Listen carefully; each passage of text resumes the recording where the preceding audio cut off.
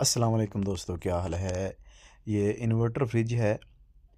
दोस्तों, सर्दियों में फ्रिज का टेम्परेचर कम करना क्यों ज़रूरी होता है, आइए आपको बताता हूँ।